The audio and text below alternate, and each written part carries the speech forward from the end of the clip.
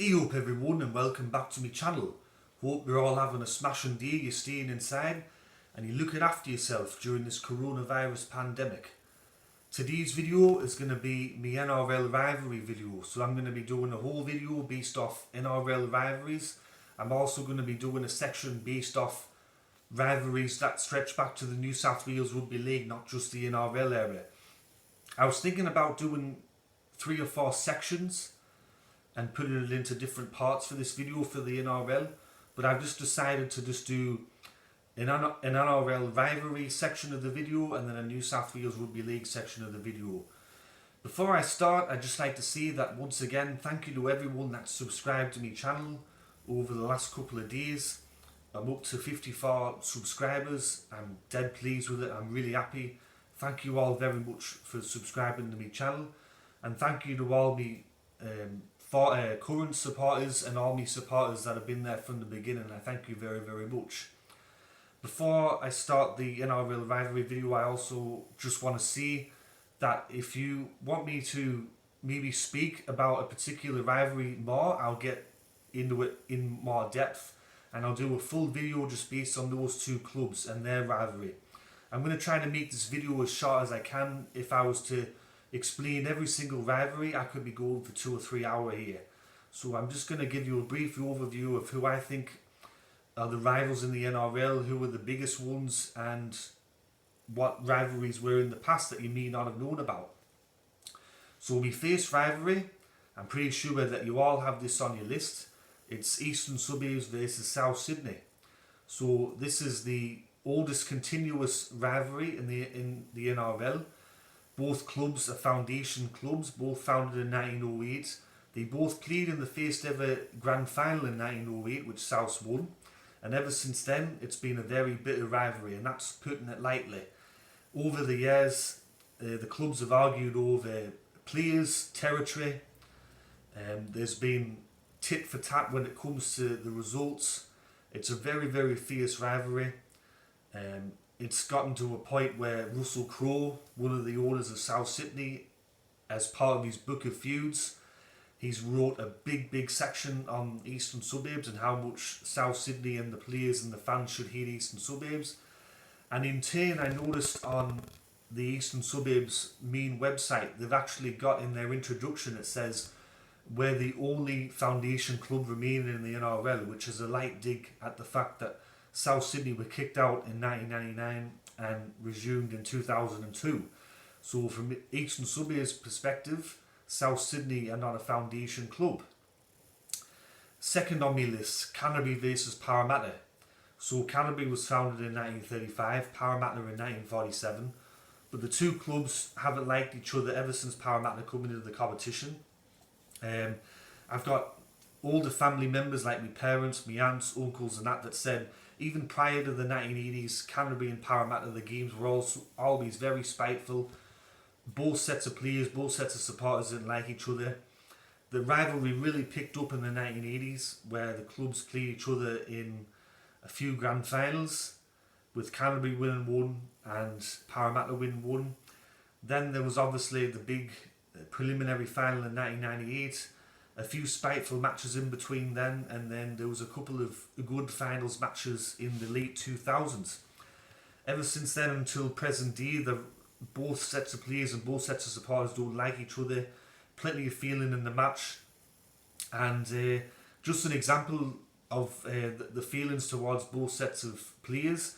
When James Graham first come over from England and signed with Canterbury, his first day at training, they pointed to the Parramatta emblem on the board and he said, see that club there, that's the club that we hate the most, that's the club that we want to beat. So this is the game that we really want to win.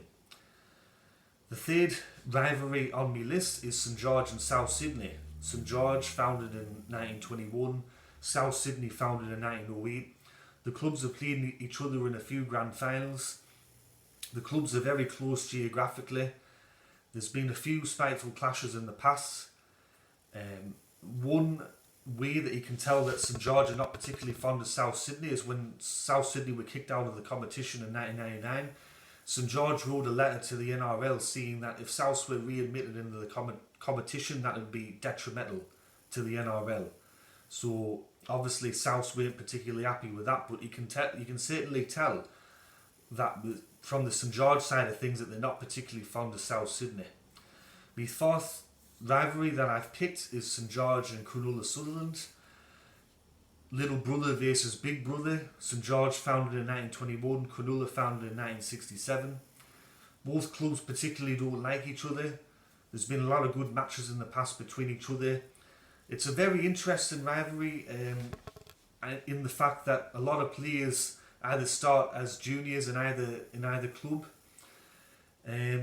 With St George and Cronulla as well, it's also going to be interesting for the next couple of years when Cronulla are playing at the ground of their sworn enemy. So it'll be interesting to see how the Cronulla fans react to actually having to travel to Cogra to play matches. But that's my fourth pick for the rivalry on the list. My fifth pick on the list is St George and Canterbury. Now this rivalry goes way back. St George founded in 1921, Canterbury founded in 1935. In Canterbury's first year as a club, they were beaten in a record point scoring match with St George. Canterbury lost 91-6 at Earl Park in Arncliffe. And I don't think ever since then that Canterbury's ever forgotten that loss.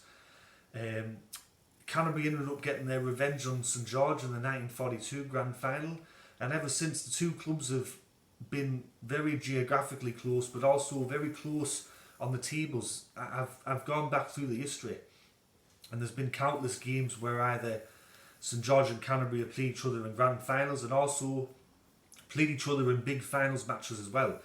And the feeling between both the clubs isn't very nice to say the least, so that's one of the other rivalries that I've picked. Another rivalry I've gone for is Canterbury versus Eastern Suburbs.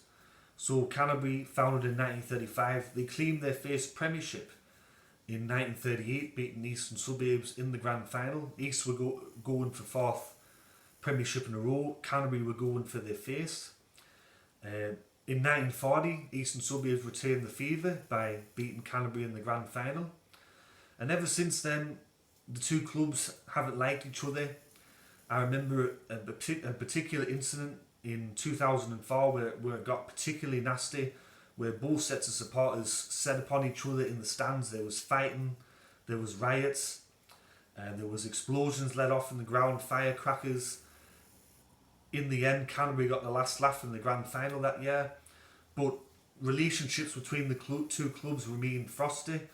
I know some Canterbury fans and some Eastern Suburbs fans personally, and both sets of supporters do not like each other, and let's just put it that way. The next rivalry, Manly versus Cronulla, Battle of the Beaches. This rivalry actually kicked off quite early. Cronulla were founded in 1967, but in 1973 they played Manly in what was described as one of the most brutal grand finals in the history of the game. Lots of all-in brawls, very, very tough grand final. Manly got the last laugh though in that final. Fast forward to 1978, Manly again won the grand final, albeit through a replay. They drew with Cronulla in the first grand final. The two teams come back the next week, bruised and battered, and Manly won that. And ever since then, Manly's always managed to get the wood over Cronulla. It's very rare that Cronulla actually beat Manly, especially, I don't think Cronulla's ever won a finals match against Manly. I don't think ever. But it's a very fierce rivalry, and it's kind of amazing in a way because there's such a great distance between Manly and Cronulla, but that 1973 rivalry between both the clubs really kicked things off between Manly and Cronulla. The next rivalry, Brisbane and North Queensland. Now this rivalry is a bit different, you could say. Brisbane were always the big brother to North Queensland in the early days, but North Queensland's come back in recent years, and they've balanced the score a bit, especially in the 2015 grand final, as you all know. North Queensland and Brisbane, as I said, it's an interesting rivalry because there's players on both sets of teams where they're actually really good mates, and they play together in the Queensland State of Origin side. So there's a lot of mutual respect, but also a lot of competitiveness. I wouldn't say that there's a lot of hatred between the players, but I think the fact that they're all teammates at state of origin level with most of them, it brings out the best in both sets of players. The thing with North Queensland and Brisbane as well is that I remember in the 2015 final, even though Brisbane lost the match, I noticed a lot of posts and a lot of videos from Brisbane fans online where they said, look, we're disappointed that we lost the grand final, but at the end of the day it's a win for Queensland. So you can tell that the rivalry is a lot different than to other rivalries. And the final rivalry that I've picked in the current day and age is Parramatta and Manly. This rivalry is interesting as well because there's such a great distance between Parramatta and Manly geographically. The club first met in the grand final in 1976. Parramatta come agonisingly close to winning that. And of course they played in the 1982 and 1983 grand finals. Ever since that though, Parramatta and Manly have only ever played each other in one other finals match, which was 2005, where Parramatta convincingly beat Manly. The rivalry was at its peak in the 1970s and 1980s, but since then the rivalry's kind of laid a bit dormant. And I also think in recent times with you got coaching staff, you got players going from Parramatta to Manly, Manly to Parramatta, that it's kind of diluted the rivalry a bit. So at the moment I'd say that the rivalry between Parramatta and Manly is dormant, but in the future, who knows, they might meet each other in some finals matches and it might spark the rivalry again. But at this stage I'd say that it's like a sleeping giant in terms of rivalries. Just before I go, I'd like to mention some of the pre-NRL rivalries. So I'm going back to the New South Wales Rugby League ARL era. So the first one I'd like to bring up is North Sydney and Manly. Now this is a very, very bitter rivalry. I can guarantee you if both clubs were in the NRL now, so if North Sydney were in the NRL, I can guarantee you that this rivalry would be right up there with one of the most bitter. Manly coming into the competition in 1947, but what a lot of people wouldn't know is North Sydney actually gave the green light for Manly to enter the competition in the first place. And ever since then, you can see that was probably the worst decision in North Sydney's history, because ever since then, Manly's been a thorn in the side of North Sydney. They've taken a lot of their best players. They've had the better record over North Sydney, but the bitterness between both sets of fans is still evident today. I'm a member of a North Sydney fan page, and the bitterness and the hatred that North Sydney fans have for Manly is ridiculous. It's right up there. I'll give you one quick example. I went to watch a game between North Sydney and Manly in 2016, I think, at North Sydney Oval. And they were selling cans of Tooheys New at the bar. But it was this promotion that Tooheys New had said, for the love of the game. And they used to have logos on the back of the NRL clubs. There was a whole batch of Tooheys New cans that had the Manly Warringah Seagulls logo on the side of the can. When the North Sydney people behind the bar saw that, they immediately tipped all those cans in the rubbish. They got shot of them straight away. They said, we're not serving this at North Sydney Oval. That's just a bunch of cans. Can you imagine what it's like with players and that type of thing? Incredible. Another rivalry, which goes back a long way, is South Sydney and Balmain. This rivalry goes all the way back to 1909. Both sets of clubs were due to meet in the 1909 grand final, but at the time Rugby Union was still trying to interfere with Rugby League, and what happened is the NRL, the New South Wales Rugby League 1909 grand final was supposed to be an undercard to the Wallabies test match. Both Balmain and South Sydney weren't happy with this, so Balmain said to South Sydney, we're not going to play in this grand final, we're striking, we refuse to play. South Sydney said, okay, we also strike. But what Balmain didn't know is South Sydney went against their word. They showed up at the ground, ran on the field, kicked the ball, scored a try without any opposition being there, and were declared premiers. Balmain were absolutely fuming. They were fucking fuming, I tell you. And ever since then, Belmead and South Sydney hated each other. They played each other in a few other grand finals. Both sides got the wood on each other. Flash forward to 1969, where Belmead won in a massive boil over South Sydney. South Sydney were absolutely fuming with the way that Belmead played in that match.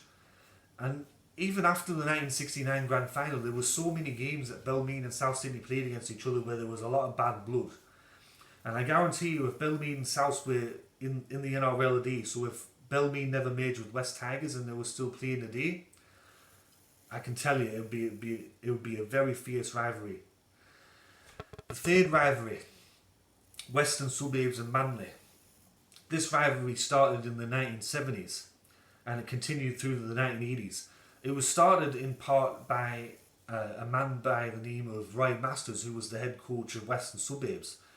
So Roy Masters started this whole idea of Silvertails, which are Manly, versus Fibros, and he managed to build up this animosity between the two clubs, and it reached fever pitch in the late 70s. It got really, really ugly, and there's a couple of stories I could tell you, but it's for another time. But if you go on YouTube now and you Google Western Suburbs and Manly Moringa, you'll see some really, really tough bitter clashes between both clubs. Both clubs didn't like each other in that era.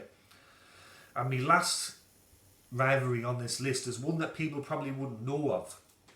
This goes all the way back to 1908, which was Glebe versus Belmead. So Glebe and Belmead were foundation clubs of the league. They were both bitter enemies of each other. Both of them hated each other. I mean, absolutely hated each other. In 1929, at the end of the season, Glebe were controversially voted out of the New South Wales Rugby League by 13 votes to 12. Now, it's been thought that South Sydney and Belmead in particular joined forces to remove Glebe from the competition because Glebe had a very good junior nursery and they had a good catchment area. Now, Belmead and South Sydney, if you believe that version of the events, succeeded in getting rid of Glebe from the competition. And as a final insult to injury, the following year, Belmead played some of their home matches at Wentworth Park. So it was a real kick in the face for the Glebe fans and their supporters that their sworn enemy was playing home matches at their ground. So that's my rivalry video. It went for about 17 minutes. I thought I did quite well to try to cram all that history into one video. But as I said, if you want me to do a separate video on two teams and you want me to go in depth with the rivalry where I can talk for it for maybe 10 minutes or so, then let me know in the comment section below. As always, if you enjoyed the video, please consider giving it a like. If you really liked it, please consider sharing the video. I found that sharing the videos actually helps it get out there better and gets more likes and more involvement. I've learned that through my Rugby League history page. And speaking of which, if you've got some spare time, go over to Facebook. I run the Rugby League history page. It's doing really, really well. I'm really, really happy with it. I'll put a link in the description below. But as always, I'll catch us all later. And ta-ra. Look after yourself, alright?